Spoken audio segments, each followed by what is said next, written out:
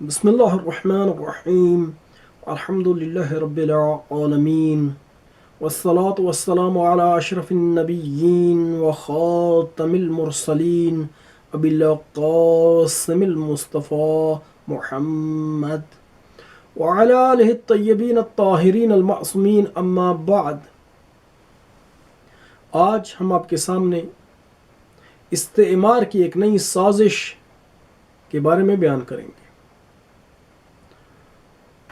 کفار اور وہ لوگ جو اسلام کے دشمن ہیں، انہوں نے مسلمانوں میں یہ ایک نیا کھیل شروع کیا ہے کہ بعض لوگوں کو، بلکہ سیدھی طرح سے یہ عرض کروں کہ بعض خواتین کو بازاروں میں کہ جو ناموس ہیں مسلمانوں کی لایا جا رہا ہے اور ان سے تظاہرات مظاہرے کروائے جا رہے ہیں کہ ہم نے حجاب نہیں کرنا، ہم نے پردہ نہیں کرنا، ہم نے ننگے بازاروں میں پھرنا ہے۔ تو ایسی خواتین، ان کی تربیت اچھی نہیں ہوئی۔ ان سے ہم یہ عرض کریں گے کہ دیکھیں، اگر آپ لوگ قرآن کو مانتے ہیں تو قرآن، اے مسلمان خاتون، اے مسلمان عورت، قرآن حجاب کے بارے میں کیا فرما رہا ہے؟ سورہ نور کی 31ویں آیت، اس میں پروردگار متعال یہ ارشاد فرما رہا ہے، وَقُلْ لِلْمُؤْمِنَاتِ، اے ہمارے حبیب، اے میرے حبیب، ان مؤمن خواتین سے، مخدرات سے، مستورات سے یہ کہیں، یغضضن من ابصارہن، یہ اپنی آنکھوں کو نیچے کریں، وَيَحْفَظْنَ فُرُوجَهُنَّ، اور اپنی شرمگاہوں کی حفاظت کریں، وَلَا يُبْدِينَ زِينَتَهُنَّ إِلَّا مَا ظَهَرَ مِنْهَا، اور اپنی زینت کی جگہوں کو سوائے ان جگہوں کے کہ جو ظاہر ہیں، مثلا ہاتھ اور یہ چہرہ، ان کو کسی کے لیے ظاہر نہ کریں، وَلْيَضْرِبْنَ بِخُمُرِهِنَّ عَلَى جِيُوبِهِنَّ، عَلَى جِيُوبِهِنَّ، جیوب جیب کو کہتے ہیں، جیب گریبان کو کہتے ہیں، عورت کے لیے سینہ اور دل کی جگہ، اور خمر اوڑھنی کو کہتے ہیں کہ اپنی اوڑھنیوں کو، اپنی چادروں کو اپنے سینے پہ رکھیں، اپنی چادروں کو ایسی چیز جو چھپانے والی ہو اسے اپنے سینے اور اپنے گریبان پر رکھے، یعنی ان دونوں کو چھپائے۔ وَلَا يُبْدِينَ زِينَتَهُنَّ إِلَّا لِبُعُولَتِهِنَّ، اور اپنی زینتوں کو کسی کے لیے ظاہر نہ کریں سوائے اپنے شوہروں کے، او ابناء بؤولتهن۔ آیت اس کے ساتھ استمرار رکھتی ہے، آیت لمبی ہے، لیکن اس آیت سے یہ ظاہر ہے کہ مسلمان عورت کو اللہ یہ حکم دے رہا ہے کہ وہ اپنی نگاہ کو بھی نیچے رکھے، اور اس کے بعد یہاں ہی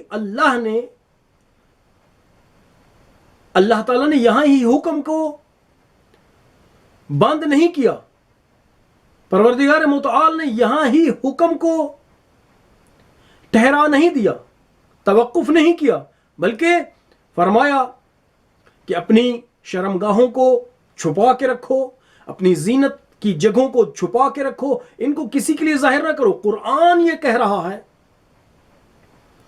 کہ اپنے آپ کو چھپا کے رکھو، اے مسلمان عورت۔ اگر تو قرآن کو مانتی ہے تو یہ قرآن کہہ رہا ہے۔ اب اگر آپ قرآن کو نہیں مانتے تو اس کا حکم جدا ہے۔ جو شخص ایسی چیز جو ضروریات دین سے ہے اس کا انکار کرتا ہے، وہ کافر ہے، وہ کافر ہے۔ سراسر ظاہر قرآن یہ کہہ رہا ہے، خود قرآن نص ایسے حکم کو کہتے ہیں جس میں کسی قسم کا شبہ نہیں ہوتا، واضح ہے، خداوند متعال نے یہ حکم دے دیا ہے۔ پردہ کرنا حجاب واجب ہے، اور ضروریات دین سے ہے، اور جو اس کا انکار کرتا ہے وہ کافر ہے۔ تو اب کافر کی دو صورتیں ہیں، یا کافر مرتد فطری ہے یا مرتد ملی ہے۔ مرتد فطری کیا ہوتا ہے؟ مرتد فطری ایسا کافر ہوتا ہے کہ جو مسلمان خاندان اور مسلمان ماں باپ کے ہاں پیدا ہو اور اس کے بعد کافر ہو جائے، ایسے شخص کا حکم اس کو قتل کرنا ہے، اگرچہ توبہ بھی کر لے لیکن پھر بھی اس کو قتل کر دیا جائے۔ اور دوسرا مرتد ملی ہے۔ مرتد ملی ایسا شخص ہے جو مسلمان نہیں تھا، بعد میں مسلمان ہوا اور پھر کافر ہو جائے، اس کو توبہ کروائی جائے گی، اس کا اپنا حکم ہے۔ تو مسلمانوں، اے مستورات اسلام، آپ کو سمجھنا چاہیے کہ یہ اللہ کا حکم ہے، اور کوئی اگر اللہ کے حکم کے سامنے کھڑا ہو تو اس کے کھڑے ہونے کی دو صورتیں ہیں، یا اس کا انکار کر رہا ہے۔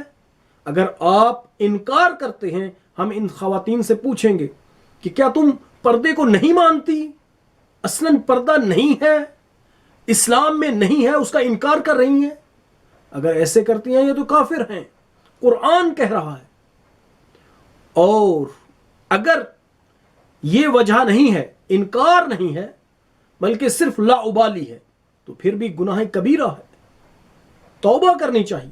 مسلمان خاندانوں سے، مسلمان لوگوں سے، خصوصاً مؤمنین سے ہم یہ کہیں گے کہ اپنی اولادوں کی اچھی تربیت کریں۔ قیامت کے دن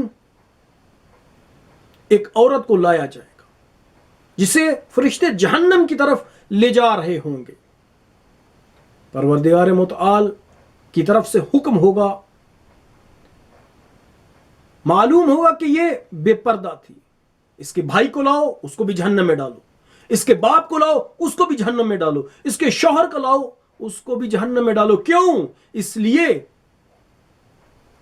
کہ ان پر ضروری تھا، انہوں نے اسے تربیت کیوں نہیں کی، انہوں نے اسے کیوں نہیں کہا کہ یہ پردہ کرے۔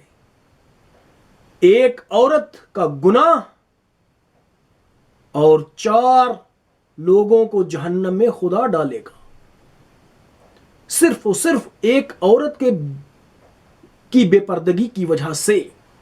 ہم مسلمانوں سے کہیں گے، ہم مؤمنین سے کہیں گے کہ اپنی